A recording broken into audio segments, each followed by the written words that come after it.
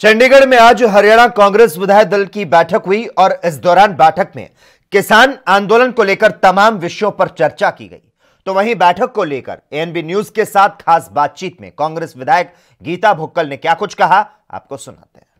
पूर्व शिक्षा मंत्री व कांग्रेस विधायिका गीता भुक्कल हमारे साथ हैं। मैम, बैठक हुई है कांग्रेस की, क्या निर्णय लिया गया? अविश्वास प्रस्ताव लाने की भी कांग्रेस की ओर से मांग की गई है। क्या लगता है आपको कि राज्यपाल महामहिम की ओर से आपको समय मिलेगा या सरकार के आप खिलाफ जो अविश्वास प्रस्ताव लेके आते हैं तो उसमें आप कामयाब होंगे? कुछ जो सरकार के जो विधायक हैं या बीजेपी के जो विधायक हैं वो आपको लगता है कि समर्थन करेंगे इसमें? देखिए, आदरणीय चौधरी भूपेंद्र सिंह हुड्डा जी जो हमारे लीडर ऑफ अपोजिशन है, उनकी अध्यक्षता में आज हमारी कांग्रेस पार्टी की सीएलपी मीटिंग यहाँ पर हुई है। उसमें बहुत सारे निर्णय जो लिए गए हैं आने वाले विधानसभा सत्र को लेकर। पहली बात तो ये हुई कि हमारे प्रदेश के महामहिम राज्यपाल महोदय से कई बार हम लोग समय मांग चुके हैं। पीछे से आपने देखा होगा राजभवन का घेराव का कार्यक्रम भी कांग्रेस पार्टी ने किया और अभी फिर से हमने महामहिम राज्यपाल महोदय से समय भी मांगा है और ये मांग भी की है कि अतिशीघ्र विधानसभा का सत्र बुलाया जाए, क्योंकि ये सरकार जो है लोगों का और जनप्रतिनिधियों का विश्वास जो है वो पूरी तरह से खो चुकी है। कल का समय मांगा है, देखते हैं अगर कल का समय मिलता है तो ठीक है, नहीं मिलता है तो हम लोग जैसा निर्णय हमारी कांग्रेस पार्टी चौधरी भूपेंद्र सिंह हुड्डा जी लेंगे उस हिसाब से विधायकीय कार्य करेंगे। और जो विधानसभा का, जैसा कि आपने अविश्वास प्रस्ताव की बात कही है, न केवल अविश्वास प्रस्ताव बल्कि सरकार के जो सहयोगी जो साथी हैं, उनके जो इंडिपेंडेंट विधायक हैं, चाहे जो जजपा के विधायक हैं, आपने देखा होगा मुखर होकर खुले तौर पर वो सरकार के खिलाफ बोल रहे हैं। खुले तौर पर वो किसान आंदोलन में जाकर धरना और प्रदर्शन में जहां उनका समर्थन कर रहे हैं, सरकार को भी पूरी तरह से सीख देने का वो काम कर रहे हैं। उनका मानना ये है कि ये कानून जो है किसानों के हित में नहीं है। ये किसानों के हित में, चाहे वो अन्नदाता है, हमारा किसान मजदूर है, चाहे हमारा व्यापारी है, आड़ती है, उनके हित में नहीं है और इससे आने वाले समय में बहुत भारी नुकसान होने वाला है। क्योंकि सरकार ने कॉरपोरेट हाउसेस के लिए उनके चंद दोस्तों के हित में ये फैसले लिए गए हैं। यही मांग हमारी कांग्रेस पार्टी की भी है और हमने इस पर भी हम लोग जो है मांग रखेंगे विधानसभा के सत्र में कि तीनों के तीनों काले कानून जो है ये वापस होने चाहिए। और आज जैसा कि चौधरी भूपेंद्र सिंह हुड्डा जी ने कहा कि एपीएमसी एक्ट में भी अमेंडमेंट की हमने बात की है कि एमएसपी इंश्योर होनी चाहिए और एमएसपी से अगर कोई कम लेते हैं तो सजा का प्रावधान होना चाहिए। किसान आंदोलन चल रहा है, वहीं आज कंडेला में किसान महापंचायत करी गई, भारी संख्या में वहाँ किसान या जनता वहाँ पर मौजूद रही। कैसे देखते हैं कि यह किसान आंदोलन अब क्या जन आंदोलन का रूप ले चुका है? ये किसान आंदोलन शुरू से ही जन आंदोलन का रूप ले चुका था। आज इसकी चर्चा न केवल हरियाणा, पंजाब, यूपी या देश में बल्कि विदेशों तक में इस बात की चर्चा हो रही है और वो सभी लोग इस बात की कड़े शब्दों में निंदा कर रहे हैं कि लोकतंत्र है हमारे यहाँ, लोगों की चुनी हुई सरकारें हैं यहाँ पर, government of the people, by the people, for the people है, लोगों के लिए सरकार है। लेकिन लोगों की आवाज़ को दबाया जा रहा है, इन आंदोलनों को दबाया जा रहा है। जो किसान हमारा शांतिपूर्ण ढंग से आंदोलन कर रहा है, अपनी आवाज़ को सरकार के पास पहुँचाने का काम कर रहा है, सरकार ने जैसे कहते हैं ना उनकी राह में कांटे बिछाने, यहाँ पर तो कीलें और बैरिकेड्स और इतनी ज़्यादा वायरिंग कर दी है, तो हमें बड़ा दुख है। और देश के प्रधानमंत्री जी कह रहे थे कि एक कॉल केवल दूरी है, तो मैं राकेश टिकैत जी को कल सुन रही थी, वो कह रहे थे भाई कौन सा कॉल है, कौन सा फ़ोन नंबर है, आप हमें नंबर दे दें। वो तो चाहते हैं कि देश के प्रधानमंत्री जी डायरेक्ट उनसे बातचीत करें और बातचीत के जरिए इस समस्या का समाधान भी हो और कानून जो है वो वापस होने का काम हो।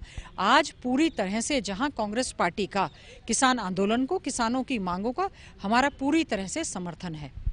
मैम, विधानसभा में अब जल्द ही बजट सत्र आने वाला है, तो आपकी ओर से या कांग्रेस की ओर से क्या तैयारी है?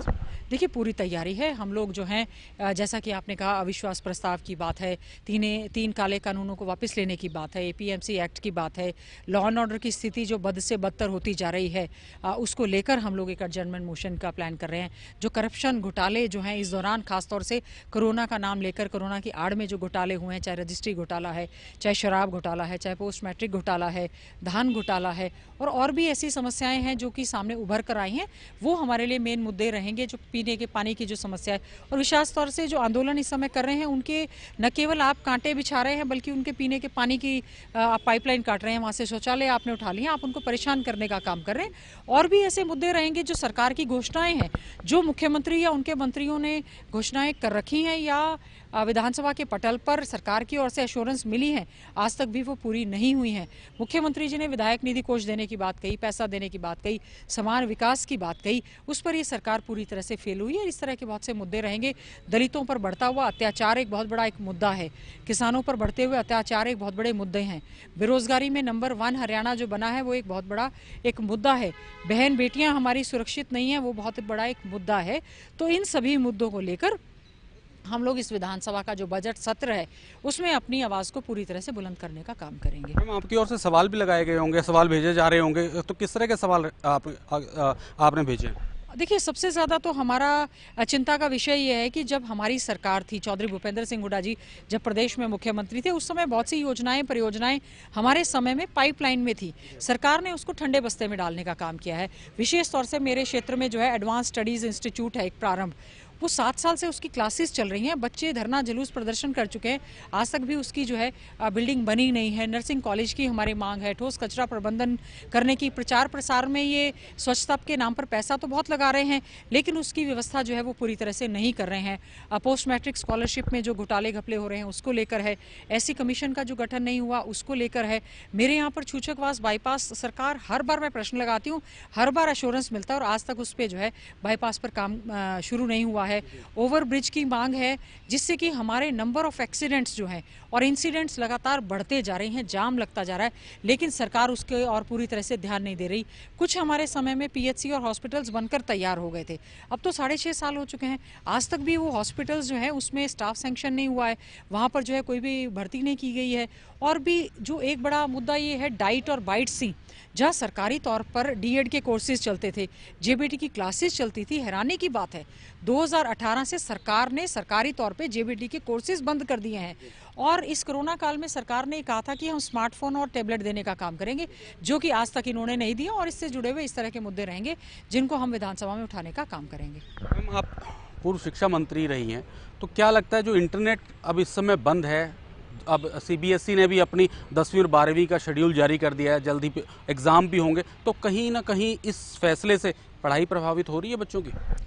देखिए, सरकार तो बार बार हर चीज़ को ऑनलाइन कहती है कि ऑनलाइन होगा तो ट्रांसपेरेंट सिस्टम होगा, तो आज उनको ये ट्रांसपेरेंसी क्यों ऑनलाइन से खतरा हो गया, क्या ऐसे कारण है? सरकार को स्पष्ट करना चाहिए कि क्यों हरियाणा के सभी जिलों में, समझिए कम से कम मैं कहूँगी हमारे जिलों में तो लंबे समय से इंटरनेट की सुविधाएं बंद हैं। न केवल पढ़ाई करने वाले बच्चे इससे प्रभावित हैं बल्कि बैंकिंग प्रणाली है, पेंशन्स का सिस्टम है, कोई बीमार है, कैश ट्रांजैक्शंस हैं या जो किसी ने कैश विड्रॉ नहीं किया है, नेट सर्विसेज की वजह से बैंकिंग में काफ़ी ज़्यादा दिक्कत आ रही है।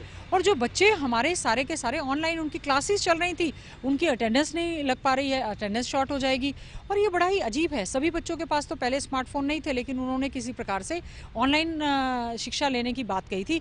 नेट सर्विसेज बंद करने की वजह से आम जनमानस जो व्यापारी भी हैं उनके व्यापार पर भी असर पड़ रहा है, बच्चों के पर पड़ रहा है, हमारे कामकाज पर पड़ रहा है। तो सरकार को किस चीज़ से डर है? कहाँ तो उनको नेट की सुविधाएं को और ज़्यादा बेहतर करना चाहिए था और अब कहाँ उन्होंने जो है नेट सर्विसेज बंद किए। मैं समझती हूँ बहुत ही गलत निर्णय है, इसको लेकर बहुत सारी जगह पर धरना प्रदर्शन भी किए जा रहे हैं। शुक्रिया हमारे से बातचीत के लिए। ठीक, धन्यवाद जी। तो ये थी पूर्व शिक्षा मंत्री और कांग्रेस विधायिका गीता बुक्कल, जिन्होंने कई अहम मुद्दों पर हमारे साथ चर्चा की। कैमरामैन करमवीर वालिया के साथ एएनबी न्यूज़ के लिए अभिषेक तक्षक, चंडीगढ़। देश दुनिया की खबरों के लिए एएनबी न्यूज को सब्सक्राइब करें और बेल आइकन दबाएं।